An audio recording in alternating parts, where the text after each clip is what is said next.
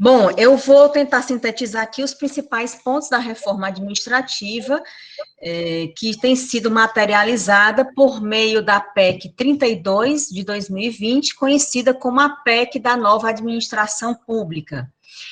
A PEC, ela traz como principais pontos, né, um total aqui de 12 pontos, que é o que eu vou tentar sistematizar aqui para vocês. Bom, inicialmente, como vigência, a quem a PEC se destina? A PEC tem um dispositivo muito claro quando diz que apenas os servidores que ingressarem no serviço público após a sua aprovação é que vão ser objeto das suas modificações. E aí eu já vou comentando os pontos e vou dizendo o que é que eu penso a respeito desses pontos, tá certo, pessoal? Com relação a esse direito intertemporal, então a PEC é clara, a priori, quem já está no serviço público não vai ser atingido com as mudanças que a proposta está propondo, né? Então, mas isso não é bem verdade, tá certo? A gente tem que ter, já que nós estamos falando em solidariedade, né? Inicialmente, uma solidariedade para quem vai entrar no serviço público depois de nós, e, sobretudo, a ideia de que nós vamos conviver com um ambiente de trabalho cada vez mais precarizado. Se isso não nos vai atingir diretamente em termos de direitos adquiridos e já consolidados, vai nos atingir em termos de precarização do ambiente de trabalho, porque nós vamos estar, né, dando continuidade a políticas públicas com colegas que um dia podem estar na nossa equipe de trabalho e no dia seguinte não estar na nossa equipe de trabalho, porque não vão ter mais estabilidade.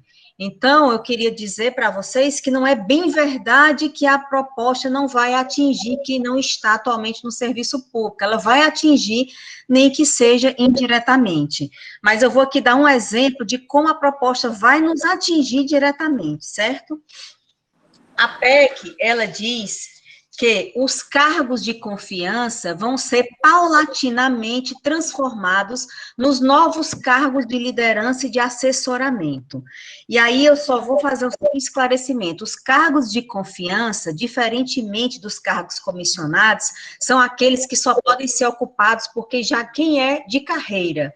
Então, veja só, né, dentro da universidade, para dar um exemplo bem próximo a nós, dentro da universidade, chefias de departamento, direção de centro, administração superior, a maior parte desses cargos exige que o servidor já seja servidor de carreira.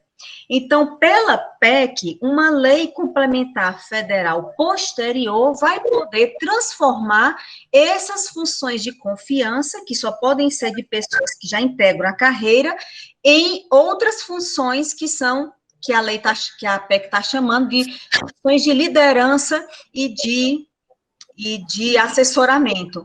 Então, isso significa que nós podemos ter colegas no futuro, né, que vão estar, né, nos liderando, como a PEC chama, né, e que não sejam pessoas da nossa carreira, chefes de departamento, diretorias de unidades.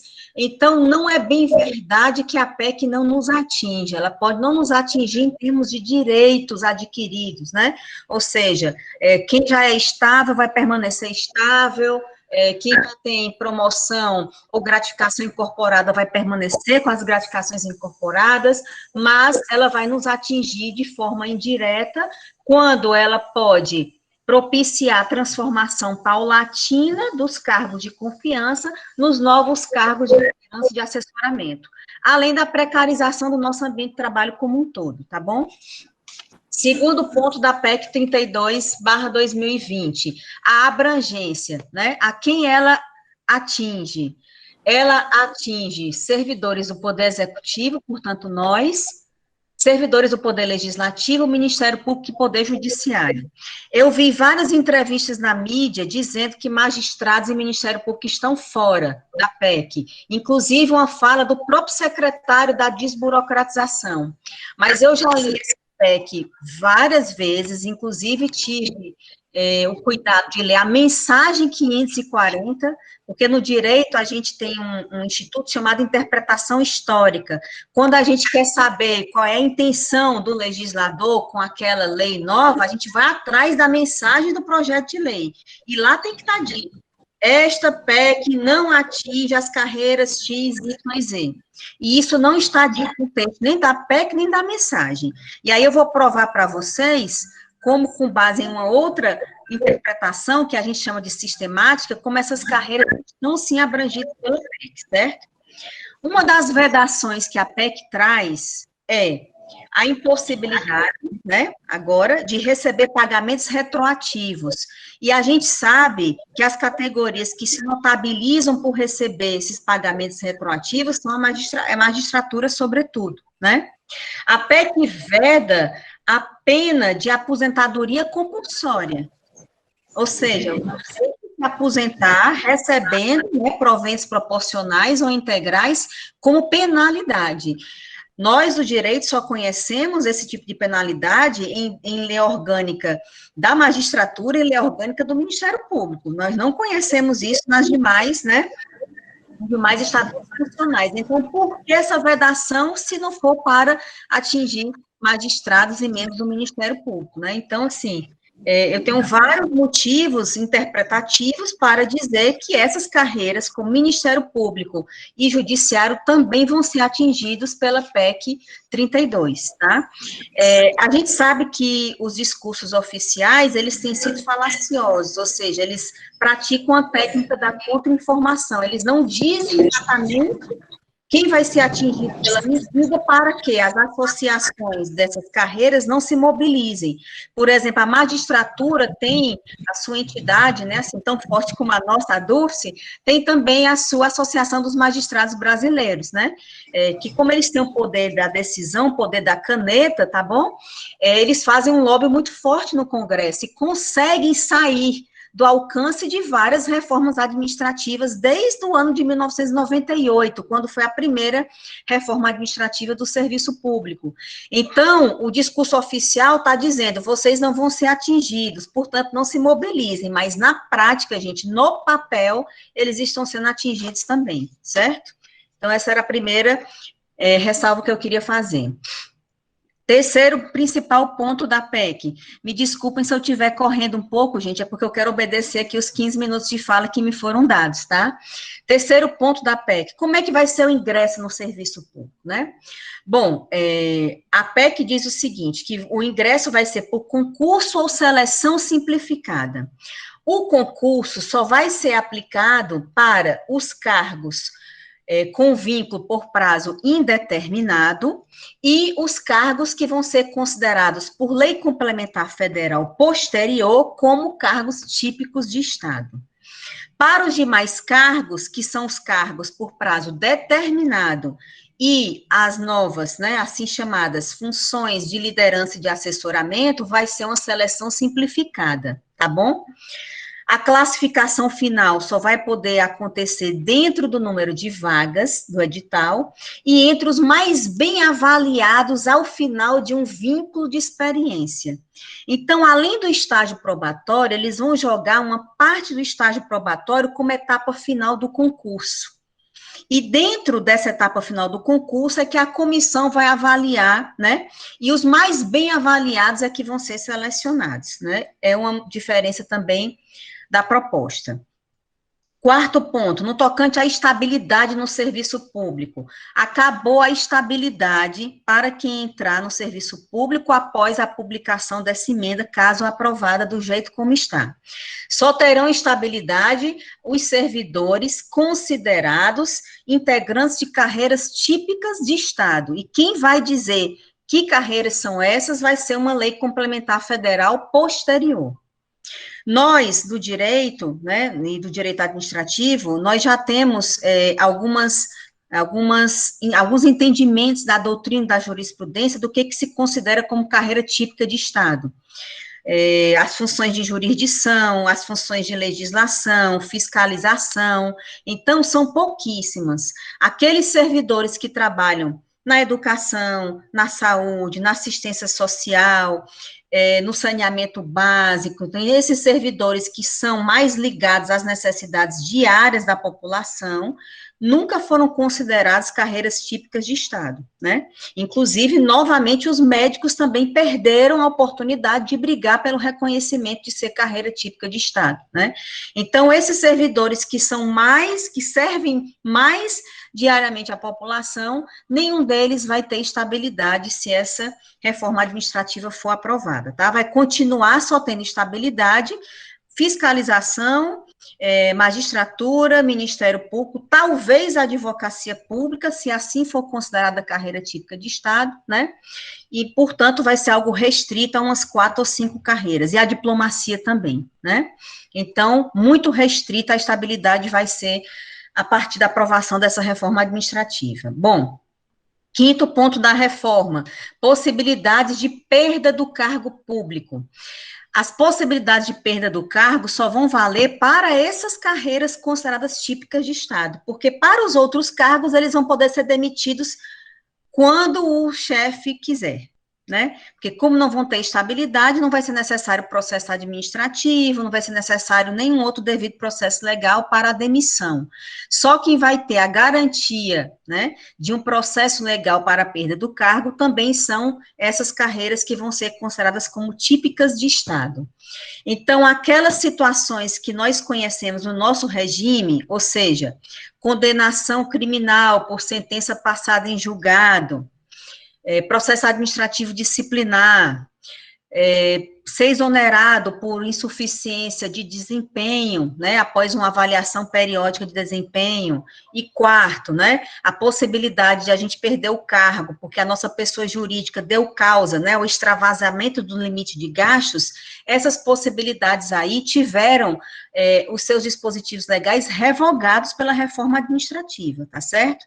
Só quem vai ter algum tipo de processo ou de situação prevista em lei para perder o cargo são as carreiras típicas de Estado. E agora, as possibilidades são apenas duas. É a sentença judicial de órgão colegiado ou transitada em julgado. Então, veja que agora não é mais nem necessário o trânsito em julgado, né? A sentença de um órgão colegiado também já pode justificar a perda da estabilidade, tá? E a outra possibilidade é a insuficiência de desempenho por meio de comissão de avaliação, tá?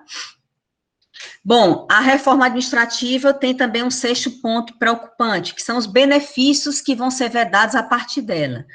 Não podem mais ser concedidos licença-prêmio, nenhum tipo de aumento e pagamento retroativo, férias superiores a 30 dias, por isso que eu acho que os magistrados estão dentro da reforma. Por quê? Porque as duas categorias que se notabilizam por ter férias acima de 30 dias somos nós, que temos 45 dias, né?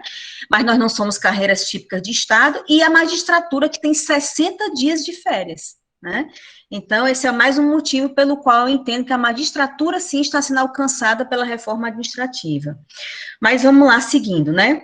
Não vai ter mais pagamento de adicional por tempo de serviço, parcelas indenizatórias sem previsão legal, aposentadoria compulsória como punição, redução de jornada de trabalho sem redução de remuneração, não vai mais ter progressão ou promoção baseada exclusivamente em tempo de serviço, e não vai mais poder ser incorporado nenhum acréscimo ou gratificação à remuneração e para fins de aposentadoria. Bom, seguindo aqui, a reforma também, como oitavo ponto preocupante, ela determina o fim do regime jurídico único, não vai ter mais o regime estatutário como único regime do serviço público, em razão de nós termos uma variedade de vínculos agora. Vínculo por prazo indeterminado, vínculo por prazo determinado, cargos típicos de Estado, que apenas para esses aí vai permanecer o vínculo estatutário, e cargos de liderança e assessoramento. Também foram ampliadas as possibilidades de contratação temporária, porque pela Constituição, a contratação temporária, né, para poder contratar pessoas que iam trabalhar em situações excepcionais de pessoal, então era o caso de contratação de pessoas para o IBGE, na época do censo, agentes de combate a pandemias e a endemias aqui no país, então eram possibilidades muito restritas. A reforma administrativa ampliou essas possibilidades. ela criou a possibilidade de contratação temporária, tá? Para qualquer necessidade temporária ou sazonal e para atividades ou procedimentos sob demanda. Então, criou um subjetivismo muito grande e ampliou, portanto, a possibilidade da contratação temporária. Nono ponto muito preocupante da reforma, aumento dos poderes presidenciais. O presidente da República vai poder dispor por decreto a respeito da criação, fusão, transformação ou extinção de órgãos subordinados à presidência da República e de entidades da administração pública autárquica, portanto, universidades, né, e entidades e fundações, né, entidades fundacionais. E vai também dispor por decreto sobre alteração e reorganização dos cargos públicos efetivos do Executivo Federal e suas atribuições. Esse ponto da PEC, eu tenho quase certeza que não vai passar, porque são atuais competências. Tiago, meu tempo é 15 minutos, tá? Me dá uma tolerância um pouquinho maior, tá certo? Mais 2 suspiros aqui, eu termino a reforma administrativa, tá? Eu acho que esse ponto não passa, porque isso aqui é competência do Congresso Nacional, e é como o Congresso aqui vai votar e apreciar essa PEC, eu acho muito pouco difícil que isso aqui passe, tá? Bom, aqui já me encaminhando para o fim, tá?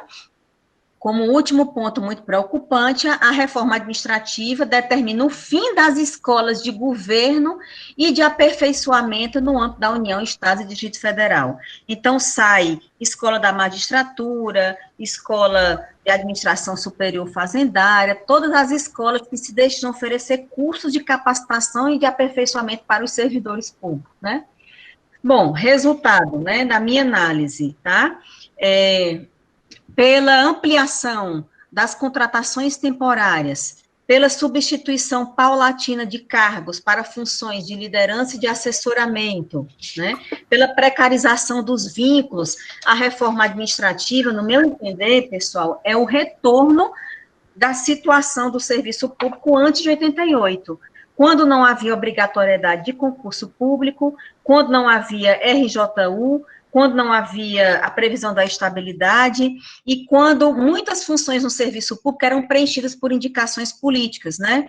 Então, nós já temos hoje em dia o convívio da precarização com as OS no serviço público, que muitas vezes, com exceção de algumas que funcionam muito bem, né, que são excelentes, que realmente são o terceiro setor, digamos assim, emancipado e que atua lá da sociedade e do Estado, mas nós temos exemplos muito ruins de precarização do serviço via OS, em que muitas vezes os dirigentes políticos, né, colocam seus testes de ferro na direção das OS e aí ocorre todo um apadrinhamento político. Então, no meu entender, a reforma administrativa quer agudizar esse sistema, né, de apadrinhamento político, indicação política, voltando à situação de 88, né, o que nos deixa mais uma vez, né, a confirmação de que a Constituição de 88 não foi muito bem aceita aqui no país, né, sobretudo quem não quer se adaptar aos princípios da administração pública, né, legalidade, impessoalidade, moralidade e democracia, Constituição e serviço público, portanto, são todos conceitos ainda em disputa.